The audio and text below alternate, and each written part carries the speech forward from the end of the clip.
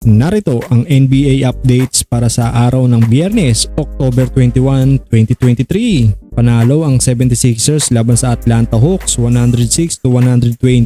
Naglista ng 19 points at 10 assists si Trae Young, habang ang shooting guard na si DeAnthony Melton pumukol ng 24 big points na may kasamang 5 rebounds. Mapunta naman tayo sa East. Ngiting-wagi ang Indiana Pacers kontra sa Cleveland Cavaliers 104-109.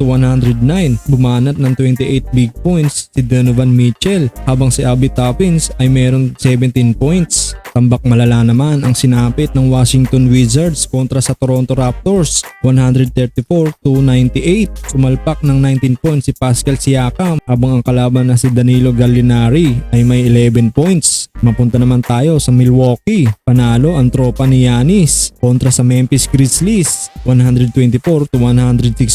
Kumana ng 26 points si Giannis Antetokounmpo, habang ang shooting guard na si Desmond Bane ay mayroong 24 points. Samantala 4-1 na sa preseason ang Houston Rockets. 4 wins, 1 loss. Panalo sila kontra Miami. Nagtala si RJ Hampton ng 17 points, habang ang center na si Alperen Sengun ay may 16 at 12 rebounds. Bumanat naman sa unang pagkakataon sa preseason ng Dallas Mavericks nang wala si Luka 114-104.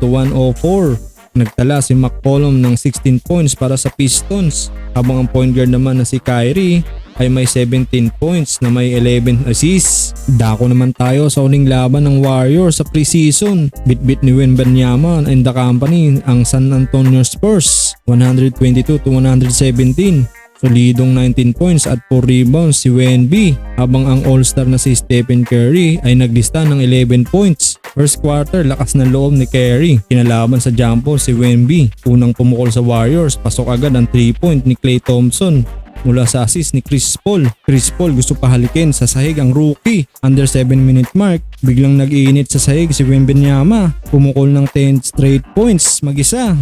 Grabe ang pinapakita ng Wembanyama sa opensa at depensa. Natapos ang first quarter, kontrolado ng Spurs ang 9-point lead.